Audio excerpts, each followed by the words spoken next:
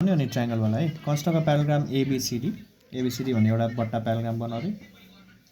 यो चाहिँ अझै सजिलो क्वेसन है एबीसीडी त्यसपछि ABCD having AB 5 centimetre BC 4 centimetre अनि angle ABC 60 degree angle B चाहिँ 60 भयो है यो 60 भयो ठीक छ अब मेरो बच्चा भाइहरुले यसपछि के गर्नु पर्यो भने also construct a triangle PED having equal in area to the parallelogram अर्को ट्रायंगल बनाउने पीईडी भन्ने ट्रायंगल बनाउने पीईडी ठीक छ अब पीईडी बनाउँदाखेरि चाहिँ ट्रायंगल चाहिँ अब बेसलाई डबल गरेर बनाउनु पर्छ किनकि हामीलाई थाहा छ ट्रायंगल चाहिँ जहिले पनि आधा हुन्छ बट्टा भन्दा त्यसले बराबर बनाउनलाई बेसलाई यहाँ 5 छ भने अर्को यहाँ 5 थपेर बनाउनु पर्छ है अनि सुरु गर्नु भन्दा अगाडि पहिला प्याराग्रामको चाहिँ एउटा कुरा यो 5 भयो भने क्वेशनमा तीनवटा कुरा दिएछ भने त कन्स्ट्रक्सन भइहाल्यो तर यहाँ दिएपछि यो 5 भयो भने यो पनि क्वेशनमा नभने पनि हामीले 5 छ भनेर बुझ्नु पर्यो यो 4 भयो भने यो पनि 4 छ भनेर बुझ्नु पर्यो मैले कन्स्ट्रक्सन गरेँ एकदम छिटो पछि भिडियो हेर्दाखेरि पनि बोर नहोस् पहिले एउटा लाइन तानो लाइन ताने 5 सेन्टिमिटर आर्क तानो कम्पासले 5 सेन्टिमिटर नापौ लाइन नाप्यो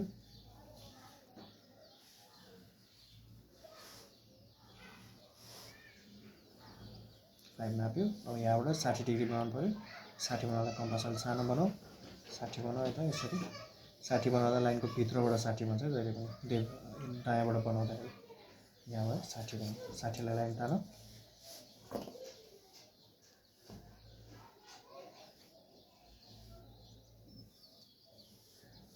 लाइन तान्यो यो 60 सेन्टिमिटर पनि कति हुनु पर्यो भन्दा 4 सेन्टिमिटर मात्र हुनु पर्यो यो लाइन जति तानेर पनि भएन 4 भन्दा माथि तान्नु भएन 4 को कम्पासले 4 नापौ 4 काटो 4 काट्यो है यो 4 सेन्टिमिटर हो है यो 60 भयो है यो एबी भयो है ल अब यसपछि बट्टा बनाउनलाई अब यहाँबाट यो सी भयो सीबाट फेरि 5 नापौ 5 नाप्नलाई स्केलले नापे पनि भयो अथवा यही तलको 5 हो सो यही नापे पनि हुन्छ 5 सेन्टिमिटर नापेर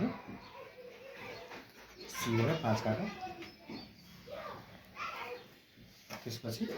एबाट चाहिँ 4 आउनु पर्यो यहाँबाट 4 चाहियो सो 4 नापौ स्केलले नापे पनि हो यो 4 हो मैले यहाँबाट नापेँ यो 4 भयो नापेँ मैले 4 भयो यहाँ पनि 4 भयो ल यो जोइन गरौँ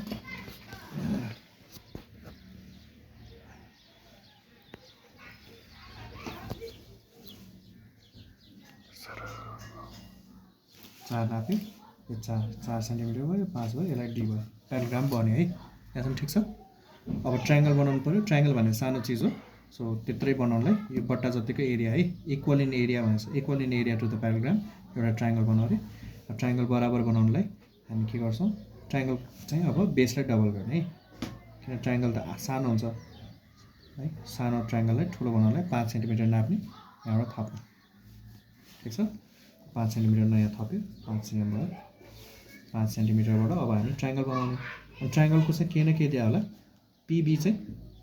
पीदेखि बीसम्म चाहिँ 5.6 सेन्टिमिटर हुनु पर्यो यो पीदेखि बी यहाँ मेरो यो कन्स्ट्रक्सनै मिलेको छैन खासमा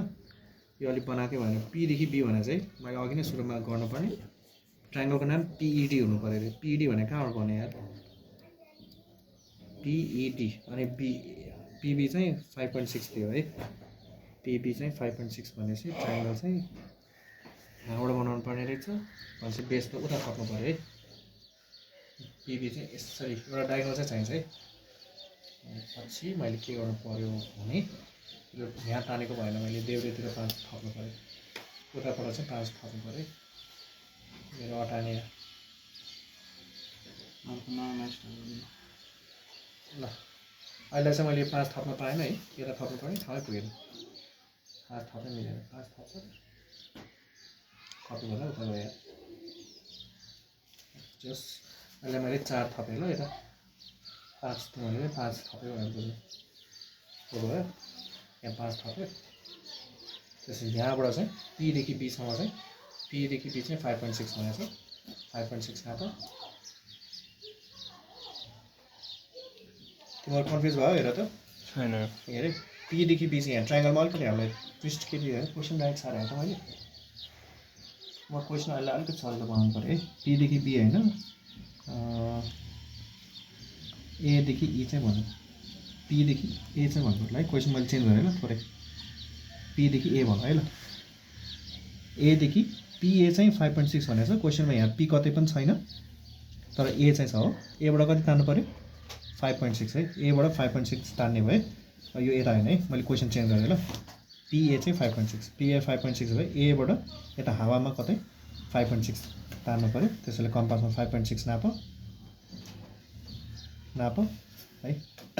यदि एबाट 5.6 तान्ने भए चाहिँ यसरी यतातिर भएर ट्राइङ्गल यता बन्छ,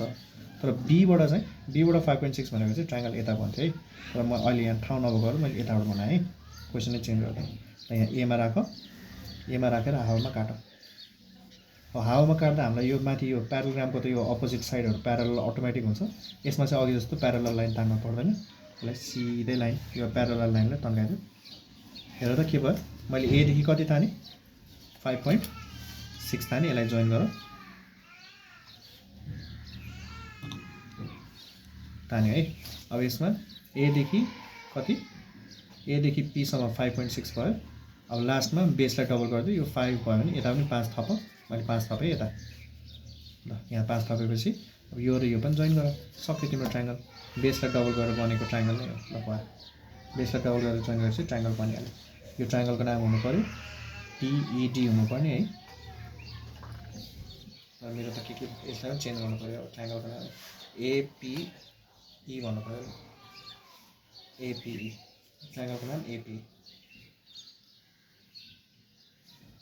यताबाट बनाएर हुन्थ्यो, ठिकै छ। यो हो तिम्रो ट्राइङ्गल।